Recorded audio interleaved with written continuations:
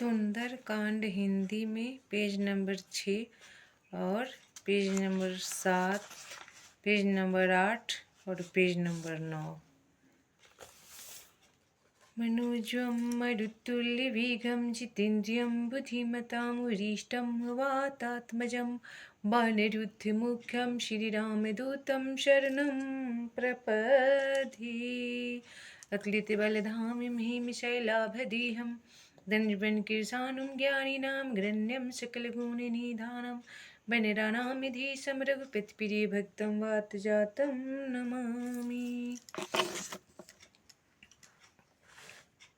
तब हनुमान जी ने मच्छर के समान रूप धरकर हनुमान जी ने नरहरि का स्मरण कर लंका में प्रवेश किया। तब लंकिनी नामक एक राक्षसिनी ने कहा कि मेरा निरादर करके कहाँ जा रहे हो। तब हनुमान जी बोले, रे सठ, तू मेरा भेद नहीं जानता। हनुमान जी को सुनाई राक्षसिनी है कि लंका का चोर ही मेरा आहार है। हनुमान जी ने उसको एक घुस्सा मारा और वह एक रक्त वमन करती हुई राक्षसी पृथ्वी पर गिर पड़ी। परंतु फिर वह लंकिनी संभल कर उठी और हाथ जोड़कर डर के मारे प्रार्थना करने लगी कि जब ब्राह्मण ने रावण को वर दिया था तब ब्राह्मण देवता चलते समय मुझे यह पहचान बतला दी थी कि जब बानर की मार से तू व्याकुल होगी और उस समय तुम मूर्छित हो जाओगी, तब जान लेना कि अब राक्षस मारे जाएंगे। हे तात, मेरा बड़ा भारी पुण्य है जो मैंने अपने नेत्रों से श्री रामचंद्र जी के दूत को देखी। और कर जोड़कर विनती करके हनुमान जी के चरणों में प्रणाम करने लगी।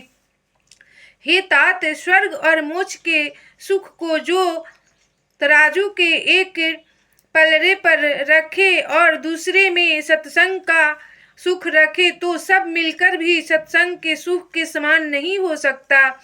नगर में प्रवेश कर श्री रामचंद्र जी का हृदय में स्मरण कर सब कार्य करो। ऐसा करने से विष अमृत के समान, शत्रु मित्र के समान, समुद्र गोह के खुर के समान और अग्नि शीतल हो जाते हैं। हे गरुड़ जी, भारी सुमेरु पर्वत उसको रेणु के समान हो जाता है जिसको श्री रामचंद्र जी का कृपा दृष्टि देखते हैं। तब बहुत छोटा सा रूप धरकर और भगवान का स्मरण करके हनुमान जी नगर में प्रवेश किए और लंका में घुस गए।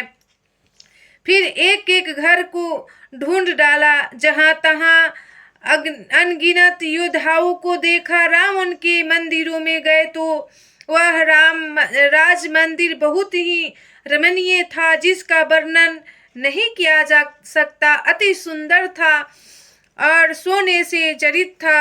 हनुमान जी ने रावण को तो सोते हुए देखा, परंतु उस मंदिर में सीता जी को कहीं नहीं देखा। फिर एक भवन देखा जहां हरि मंदिर अलग ही बना हुआ था। वो किसका था? वो तो था रावण का भाई का, विभीषण का। वह राम नाम से अंकित घर ऐसा शोभायमान था जिसकी शोभा वर्णन नहीं की जा सकती।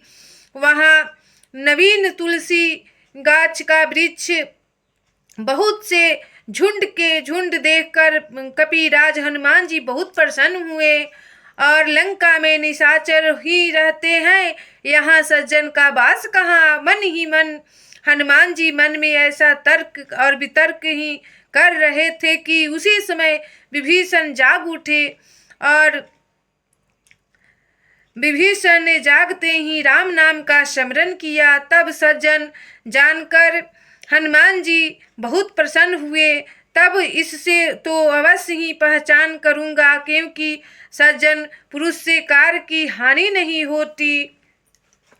हनुमान जी अपने मन में ऐसा विचार कर रहे थे। तब ब्राह्मण का रूप धर के वचन सुनाया तो सुनते ही विभीषण उठकर वहां आए और प्रणाम करके कुशल पूछी और बोले, हे विप्र, अपनी कथा समझा कर कहो। क्या तुम भगवान के दासों में से एक कोई हो? तुम्हारे दर्शन से मेरा मन में प्रेम उत्पन्न हो गया है, अथवा तुम दीन भक्तों पर प्रेम करने वाले श्री राम जी हो। तब हनुमान जी ने बोले, जो मुझको कृतार्थ करने आए हो।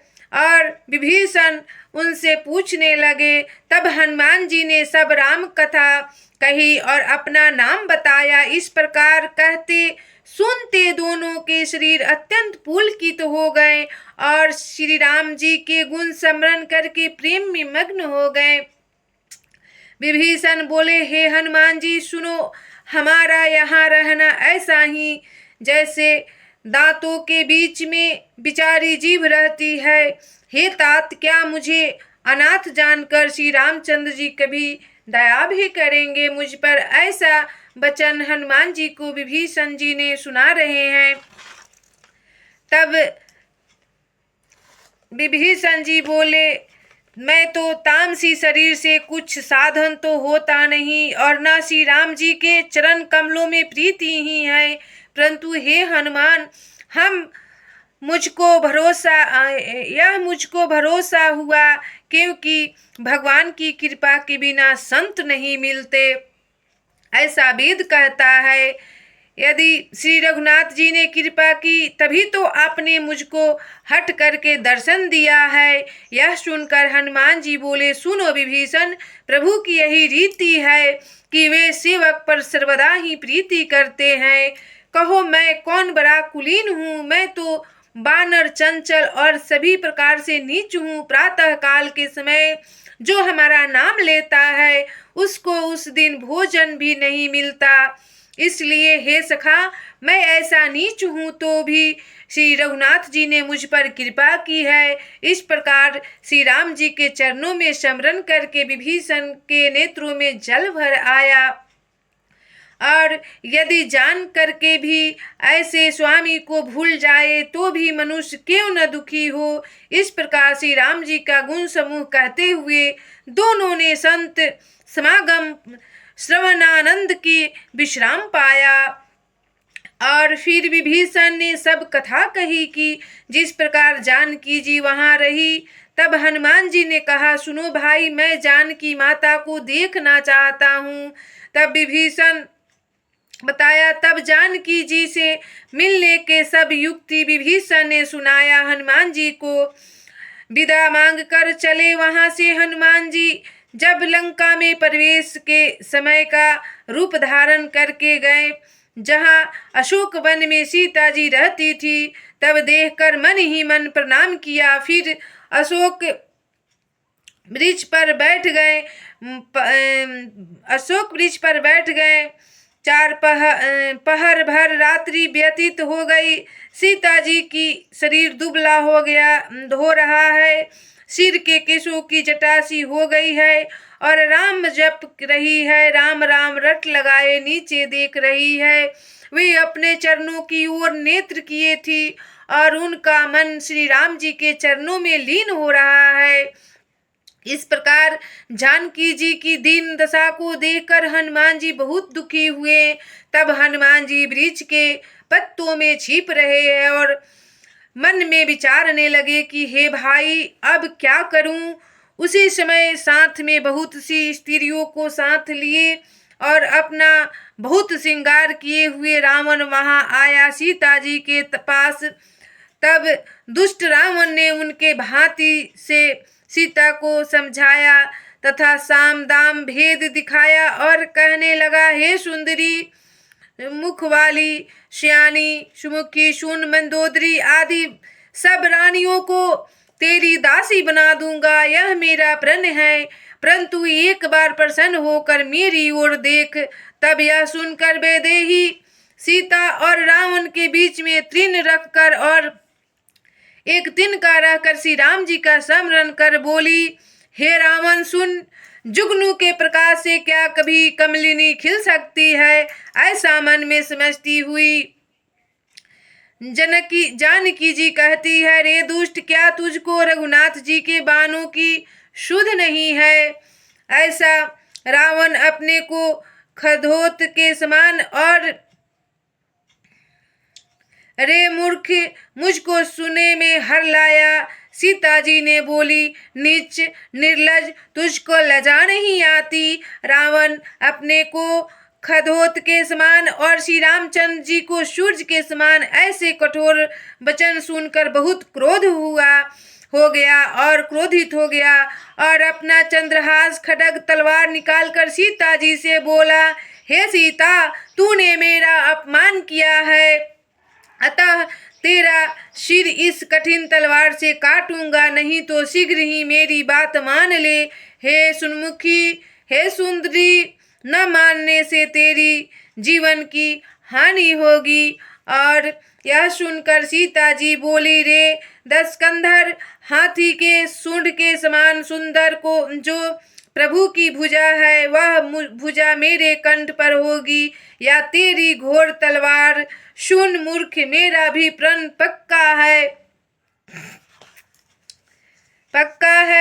हे चंद्रहास, सीता जी बोली, तलवार को मेरे इस दुख को हर ले। और श्री राम जी का वियोग अग्नि के समान है और तुम्हारी उत्तम धार शीतल है, रात्रि के समान है। सो सीता जी ने कहा कि तू मेरे महान दुख को हरो। हे माँ, यदि एक मास में कहा न मानेगी तो मैं कठिन तलवार से मार डाल। यह सुनते ही रावण फिर मारने को दौड़ा और सीता जी को तो मंदोदरी ने समझाया कि स्त्री का वध करना अनुचित है। तब रावण ने राक्षसियों को बुलाकर कहा कि तुम सब जाकर सीता को डराओ धमकाओ, यदि एक मास में कहा न मानेगी तो मैं कठिन तलवार से उसको मार डालूंगा। यह कहकर रावण घर को चला गया। यहाँ राक्षसिया सीता जी को बहुत भयंकर रूप दिखाने लगी और यत्र तत्र धमकाने लगी। एक त्रिजटा नाम की राक्षसी थी जो श्री राम जी की भक्त और ज्ञान में निपुण थी। उसने राक्षसियों को बुलाकर अपना अपना सपना सुनाया और कहा कि सीता जी को सेवा करके अपना भला कर लो। सपने में एक बानर लंका को जला गया है और राक्षसों की सारी सेना को मार दिया है। रावण गड्ढे पर चढ़ा है तथा नंगे सिर और 20 भुजाएं जिसकी कटी हुई है। इस प्रकार वह दक्षिण दिशा को जा रहा है और मानो लंका विभीषण ने पाई है। नगर में श्री रामचंद्र जी की दुहाई फिरी है तथा प्रभु ने सीता को बुला भेजा है। यह सपना मैं विचार कर कहती हूँ कि 4 दिन बीत जाने पर सत्य ही प्रतीत होगा। उसके वचन सुनकर सब राक्षसियाँ डर गई और जानकी जी के चरणों में गिरने लगी। वह राक्षस कुल में होते हुए भी विष्णु भगवान की पूजा करती थी। सब राक्षसियाँ जहाँ तहाँ चली गई और सीता जी के मन में बड़ा सोच हुआ कि 1 महीना बीत जाने पर यह नीच राक्षस मुझे मार डालेगा। तब त्रिजटा से हाथ जोड़कर सीता जी बोली, हे माता, तू ही विपत्ति में मेरा संग देने वाली है। शरीर छोड़ दूं ऐसा उपाय तुम जल्द ही करो, क्योंकि अब यह कठिन वियोग सहा नहीं जाता। तब काठ को लाकर चिता बना दो और हे माता, फिर तुम उसमें आग लगा दो। हे सयानी, मेरी इस प्रीति को सत्य करो। हे सयानी, मेरी इस प्रीति को सत्य करो। यह कानों से शूल के समान लगने वाली वाणी कौन सुने। सीता जी के वचन को सुनते ही चरण पकड़कर प्रभु के प्रताप को समझाया और कहा, हे राजकुमारी, रात्रि में अग्नि नहीं मिलेगी। ऐसा कहकर त्रिजटा अपने घर को चली गई और माता सीता को समझा दी कि प्रभु श्री राम आएंगे और आपको ले जाएंगे। सीता जी ने कहा, विधाता ही प्रतिकूल है, न तो अग्नि मिलती है और न दुख दूर होती है। आकाश में अंगारे जैसे तारे तो दिख पड़ते हैं, परंतु पृथ्वी पर एक भी तारा नहीं गिरता है। तब चंद्रमा भी मुझको अग्नि में प्रतीत होता है और वह भी मुझको अभागिनी जानकर अग्नि नहीं देता है। अशोक वृक्ष अपने नाम को सत करो और मेरे शोक को हर लो। तुम्हारे नवीन पत्ते अग्नि के समान है, सो अग्नि देकर शरीर का निदान अर्थात अंत कर दो। सीता जी को अत्यंत विरह में व्याकुल देख वह क्षण हनुमान जी को कल्प के समान व्यतीत हुआ। और तब हनुमान जी ने अपने हृदय में विचार कर श्री रामचंद्र जी की अंगूठी डाल दी, मानो अशोक वृक्ष ने अंगार डाल दिया हो। उसको देखकर उठाकर सीता जी ने हाथ में लिया। तब मनोहर अंगूठी देखी सीता, जिस पर राम नाम लिखा था और बहुत सुंदर थी। तब मन में आश्चर्य उत्पन्न हुआ और जब पहचान लिया तब आनंद और शोक से मन में घबरा गई। फिर विचारने लगी कि रघुनाथ जी तो अजय हैं, उनको कौन जीत सकता है, कौन मार सकता है। माया से तो ऐसी बनाई नहीं जा सकती। सीता जी अनेक विचार करने लगी तो हनुमान जी वृक्ष से बोले,